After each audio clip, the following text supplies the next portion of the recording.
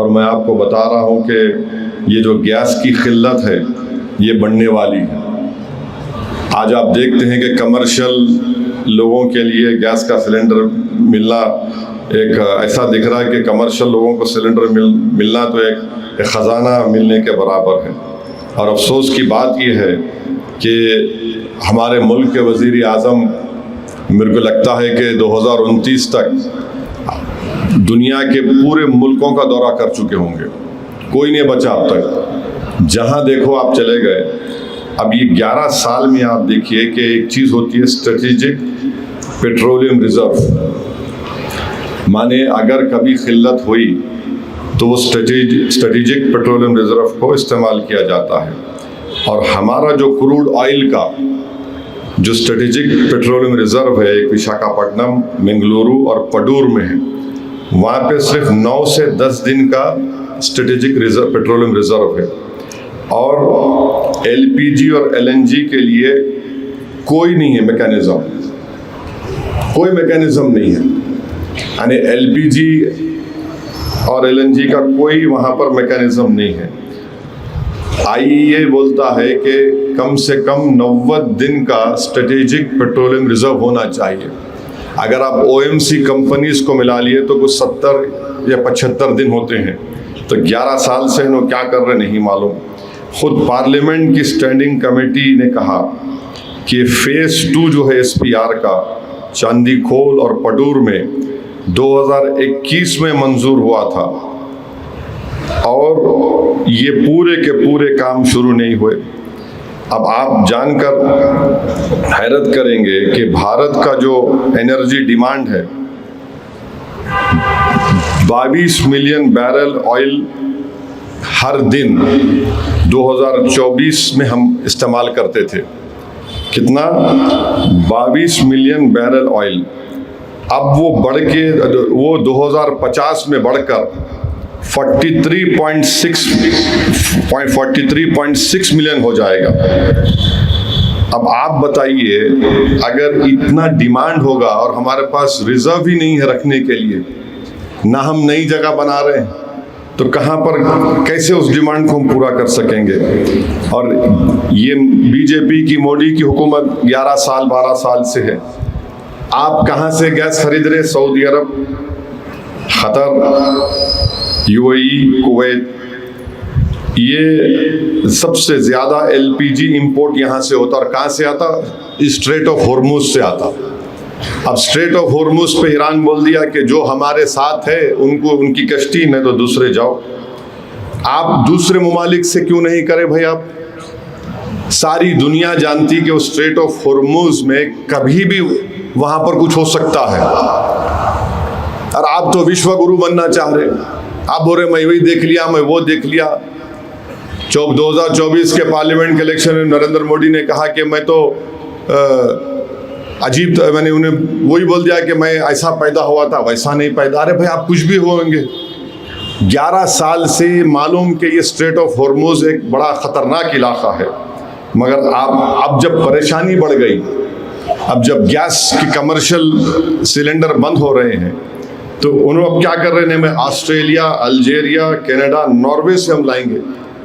मुसीबत आए तो आप जाएंगे। 11 साल से क्यों नहीं डाइवर्सिफाई किया? और क्या गारंटी है कि ऑस्ट्रेलिया, अल्जीरिया, कनाडा, नॉर्वे हमको देंगे? अब हम क्राइसिस में हैं। फिर ये बोलते हैं कि उज्ज्वला गैस का स्कीम है, 10 करोड़ लोगों को हम देते, उसमें कई लोग रिफिल भी नहीं करा रहे, उसकी कीमतें बढ़ चुकी हैं। तो ये सब चीज़ें हैं। ऊपर से इजराइल जो है ईरान के साउथ परास गैस फील्ड पे 18 मार्च को बम डाला और ईरान पलटा के ख़तर के रास लफान पे मार दिया। ये समझाने के लिए कह रहा हूँ कि पड़ोसियों की 2 बोली है।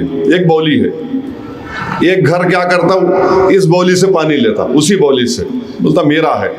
दूसरा घर क्या बोलता है, मेरी बोली में से पानी लेता हूँ। मत कनेक्टेड है बोली, समझे। मिसाल के तौर पे इन्हों क्या करे, वो जहन्नम का कुत्ता नेतन्याहू आकर ईरान के जो साउथ परास गैस फील्ड पे बम मार दिया। इन्हों क्या करे ईरान, अच्छा मेरा नुकसान होता मैं तेरा करता हूँ, खतर पे मार दिया। हमारा क्या हाल हो गया, ना खुदा ही मिला ना विसाले सनम हुआ, उन्हें जाके मार दिया नेतन्याहू, हमारे वजीर आजम जाके गले लपट रहे उसको। हम किधर ठहरेंगे हम? अब क्या हो रहा है कि अब ये जो खतर पे जो हमला हुआ, खतर के रास लफान पर, उसके हमले में 17% उनका LNG एक्सपोर्ट ख़त्म हो गया। 14 प्रोडक्शन यूनिट थे, 2 बर्बाद हो गए, और अब रिपेयर भी कराएंगे तो उसको नहीं मालूम, हो सकता 6 महीने से 1 साल लगेंगे। और हम लोग 90% अपना LPG, 47% LNG खतर से मंगाते हैं। कितना? 90% LPG और 47% LNG खतर से मंगाते हैं। अब रास लफान पे हमला हुआ तो कम से कम 20% हम तो वैसे 60% इम्पोर्ट करते LNG गैस, अब इसमें 20% का नुकसान हो जाएगा। तो ये क्या होगा? LNG, गेल, गुजरात स्टेट पेट्रोलियम, पेट्रोनेट, इन सब का क्या होगा? तो ये रास लफान पे जो हमला हुआ, ये इसका नुकसान तो भारत को उठाना पड़ेगा। अब कोई पूछने वाला ही नहीं है, खाली मीटिंगें कर रहे हैं आप। एसेंशियल कमोडिटीज एक्ट हम कानून लागू कर दिए, हम वो कर दिए, हम ऐसा कर दिए, यानी दिखाने को आवाम को बड़े बड़े मसरूफ है, कुछ हो रहा नहीं। वहाँ पर रस लफान पे हमला हुआ, उसके बाद वजीर आजम ईरान के सदर को फ़ोन करे, हमारे फॉरेन मिनिस्टर वहाँ के ईरान के फॉरेन मिनिस्टर से बात कर रहे हैं। आप अंदाज़ा लगाइए कि इनको सारी दुनिया देख रही है कि जिस दिन हमला होगा ईरान पे, ईरान पलटा के हमला करेगा।